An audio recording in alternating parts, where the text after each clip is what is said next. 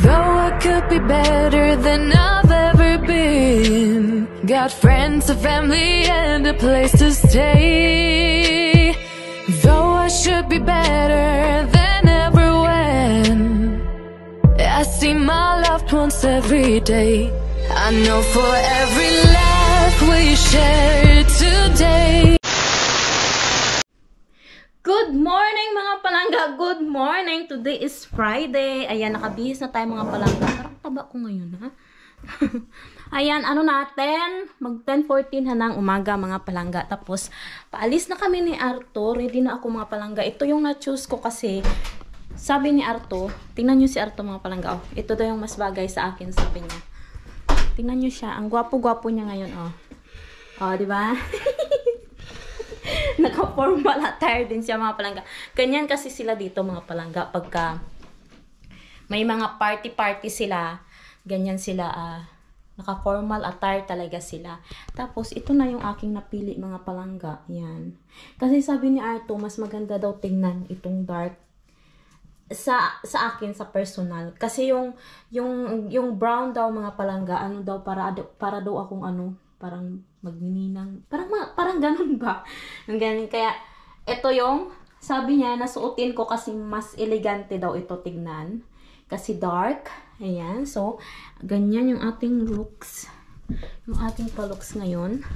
Tapos, oh, diba? Tignan nyo si Arto. Oh, diba? Mita. Yes. You. Okay. Mga palangga, aalis na kami. Bye-bye, Chusa, Churi. Dito lang kayo ha. Wait for me and Arto. Ayan, naalis na kami mga palangga. Wait sa...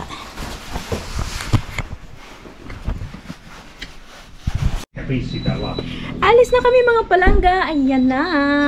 Sana yung sasakyan namin? Ayun, yung pula. Yun yung gagamitin namin. Ayan. Ayan na si Arto. Ang lamig. Uy, malamig sa labas. Ayan. Si Candy tsaka yung girlfriend niya naghihintay na doon sa andun na sila sa hala grabe, andun na sila sa Mikili. Ala, hindi siya mabuksan. Hala, grabe siya, na-freeze siya, na-freeze sa loob. There's nothing left to cry for, then I will just crack a smile. Oh, I had a million different things to do, and every one of them included you. We had a million different things to do. What can I say? Well, I've been lonely too.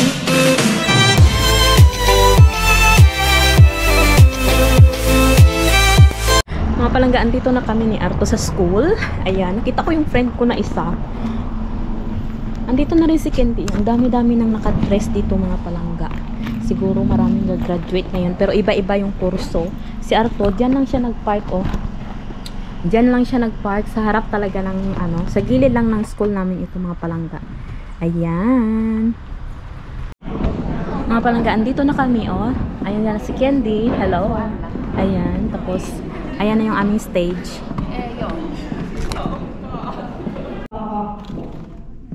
Luulimme kotimaan antamaan korvaamatonta tukea ja valmistuvia opiskelijoita, joiden tukea ei ollut saatavilla. Tänään juhlimme myös henkilökunnan kiitettävää työpanosta opiskelijoidemme eteen. Ammattitaidon saavuttaminen ei ole helppoa ja sen opettaminen on haastavampaa kuin osa meistä osaa kuvitellakaan. Kiitos ESEDyn koko henkilökunnalle aivan mahtavasta ja kiitettävästä työstä, arvokkaasta ja pyyteettömästä työstä, opiskelijoiden, suomalaisen koko elinkeinoelämän, hyvinvoinnin ja laadukkaan koulutuksen eteen.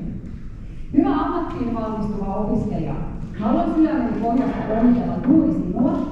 Olet nyt saavuttanut viiden etapin ja nyt sinulla on siivet, jotka voit avata. Voit myös palata meille tänne ESEDYyn, kun tulee aika päivittää osaamista tai ammattitaitoa. Älä unohda ESEDYä. Ja lopuksi haluan muistuttaa teille jokaista siitä, että kukaan teistä ei voi syyttää mistään olosuhteitaan. Jokainen meistä on oman elämänsä tähti, tuottaja ja käsikirjoittaja. Lämmin kiitoksen juhlan järjestäjille ja vielä kerran onnea ja tervetuloa Lisedun valmistujaisen ja joulujuhlaan. Seuraavaksi kutsun lavalle Päämajakoulun oppilaat, musiikkiluokkalaiset ja heidän johtajansa Pasi Nuija. Kuoron esittämän kappaleen jälkeen laulamme yhteislaulun Tulkoon joulu. Sen jälkeen koulutuspäällikkö Sari Paasonen aloittaa todistusten jakamisen. Kiitos.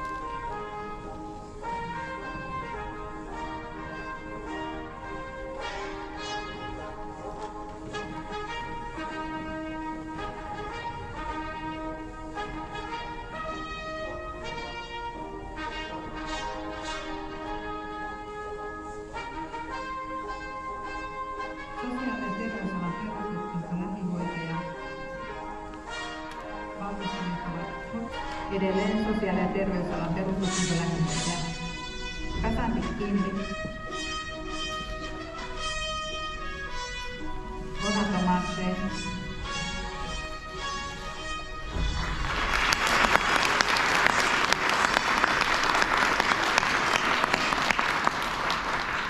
ja tukia oli jakamassa opinto-ohjaaja Ulla Hartikainen.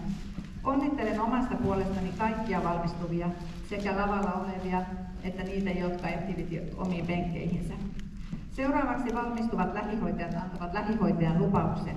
Esilukijana toimii Kitsa Teetaman. Lupauksen jälkeen Violetta Stambo-Liska pitää valmistuvan opiskelijan puheen. Ensin kuitenkin lähihoitajan lupaus.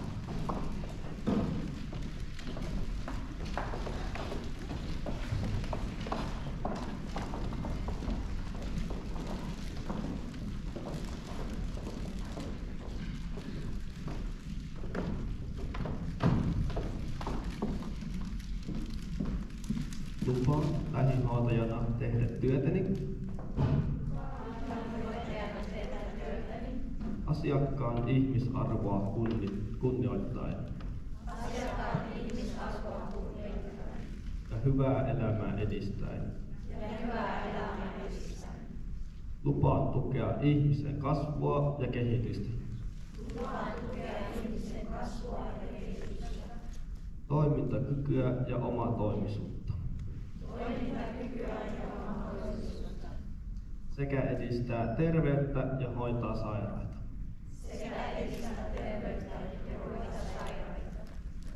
Lupaan pitää huolta apua tarvitsevista.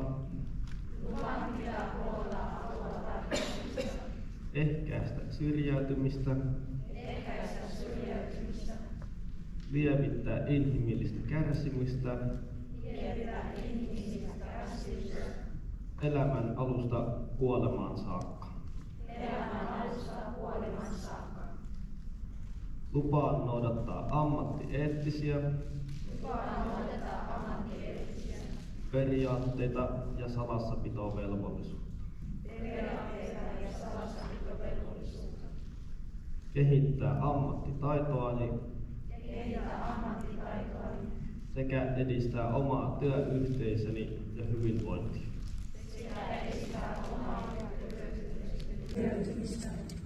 Lievittää inhimillistä kärsimystä.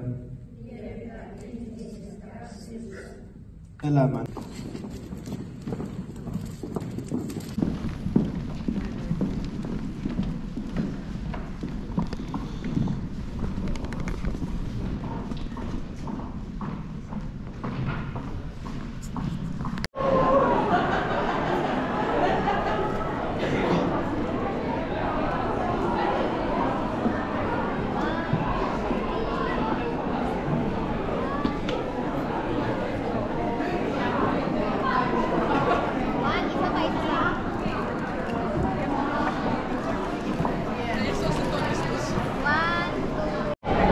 palangga, tapos na kami mga palangga.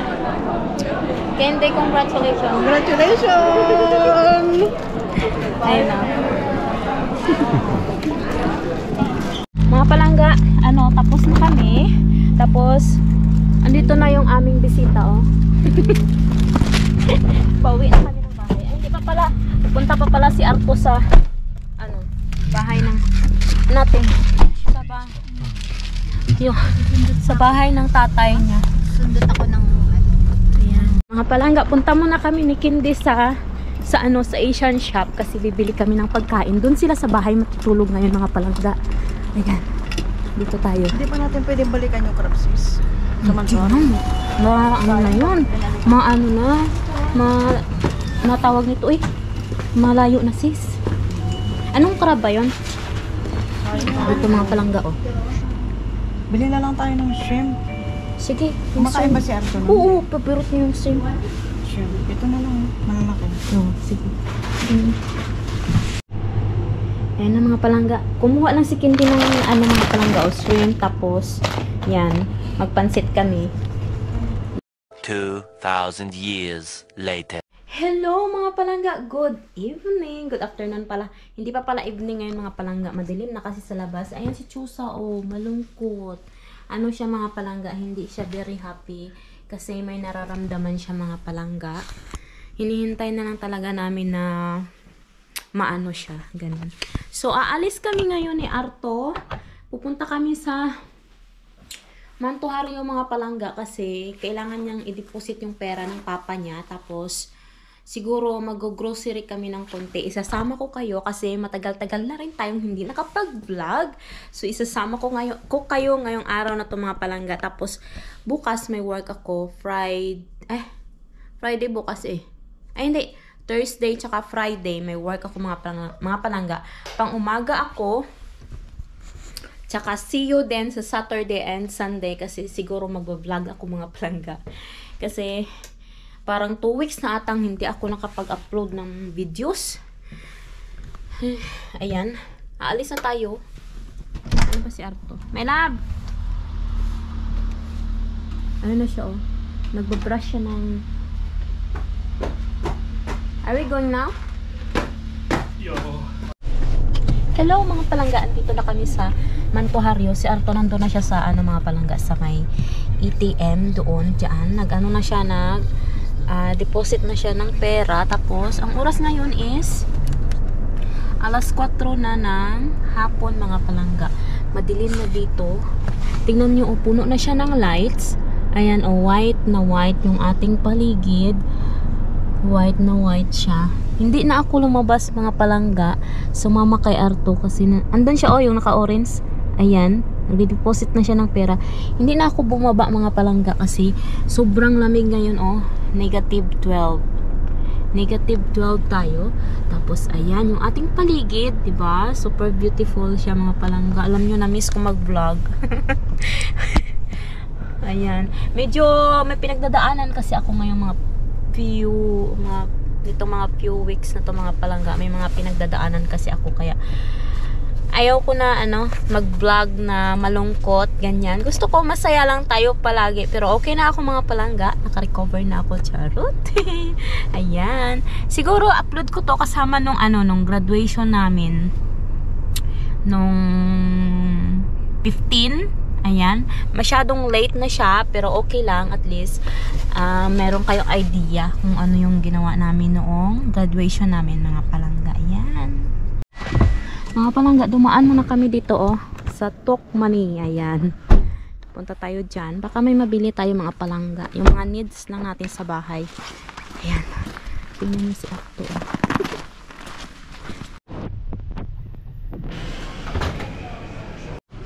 Andito kami mga palangga nagtingin-tingin lang kami muna. Ganyan kasi si Arto inaano niya yan, parang iniisa-isa niya yung pagtingin. Bawat sides tinitignan niya. Ay, maybe I will get this one. I make ano nga yung gagawin ko? Yung kalimutan ko yung dessert na itlog. Ano nga ba yun? Alam niyo, makakalimutin na ako ngayon.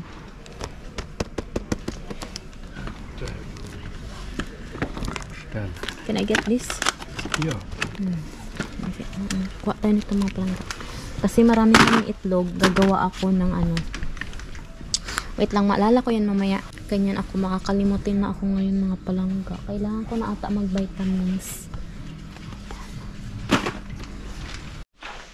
Mga palangga, dumating na kami sa bahay. Ang lamig, sobrang lumamig mga palangga. As in, kanina 12 degree, ngayon negative ano na lang. Negative 12 degree kanina nung umalis kami, ngayon negative 15 na. Sobrang lamig mga palangga. So ayan, iayos ko na yung mga pinamili namin. Tapos ayan na. Samahan niyo ako. Ipakita ko sa inyo yung mga pinamili namin. Itong pula na to mga palangga, oh, yung pang slide ito sa snow. Para ito sa apo ni Arto. Tapos, ayan siya, yung hawakan niya. Tapos, bumili kami nitong pang normal na panghugas ng plato. Tapos, bumili din kami ng ano to? Parang plastic na ano to. Ayan siya. Para sa pagkain ba? Pangbalot sa pagkain. Ayan. Ayan siya. Tapos, alam nyo, na-remember ko na kanina. Kanina, nasa sasakyan ako mga palangga. Na-remember ko na kung ano yung gagawin ko. Leche plan. Leche plan yung gagawin ko. Tapos, bumili din kami ng panghugas sa plato para doon sa aming, dishwasher.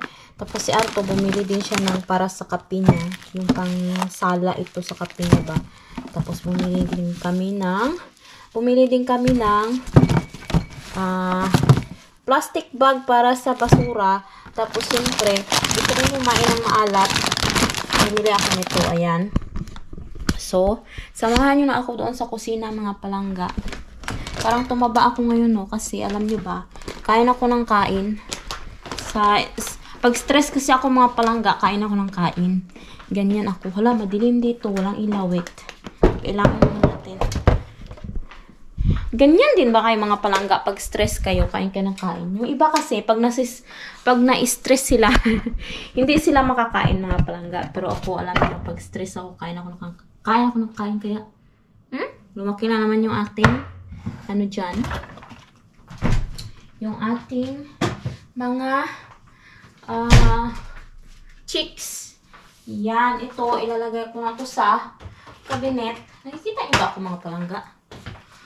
Siguro mag-edit ako ng video.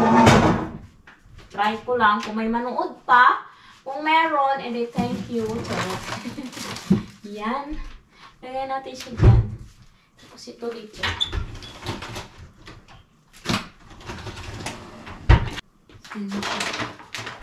Tapos, ito.